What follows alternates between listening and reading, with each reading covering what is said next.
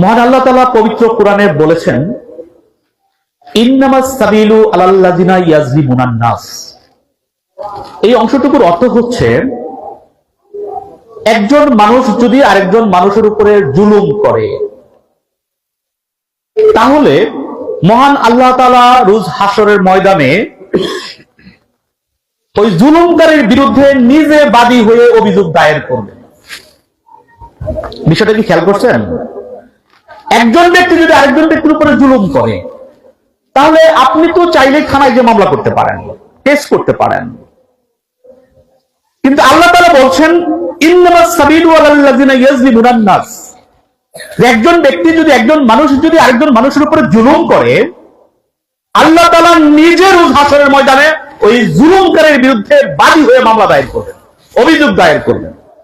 আপনি দুনিয়ার মানুষের কাছ থেকে হয়তো বা রক্ষা পাইতে পারেন, কিন্তু আল্লাহর কাছ থেকে রক্ষা পাবেন পাবেন না। আমাদের প্রিয় নবী হযরত মুহাম্মদ সাল্লাল্লাহু আলাইহি সাল্লাম তিনি বলেছেন, যখন কোনো মানুষ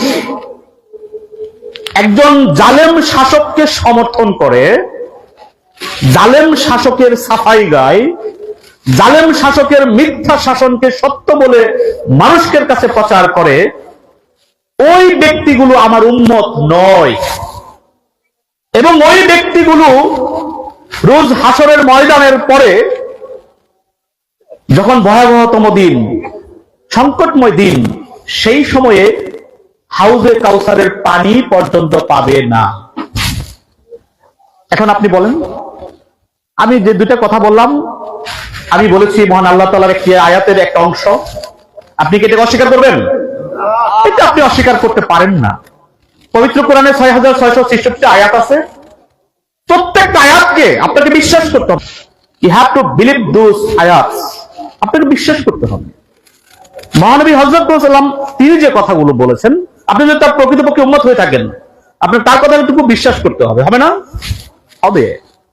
যে ব্যক্তি চাঁদাবাজি করে সে অন্যের উপর জুলুম করে, যে ব্যক্তি দখলদারিত্ব করে সে অন্যের উপরে জুলুম করে, যে ব্যক্তি দুর্নীতি করে সে ব্যক্তি অন্যের উপর জুলুম করে, আর যে জুলুম করে তাকেই বলা হয় জালেম।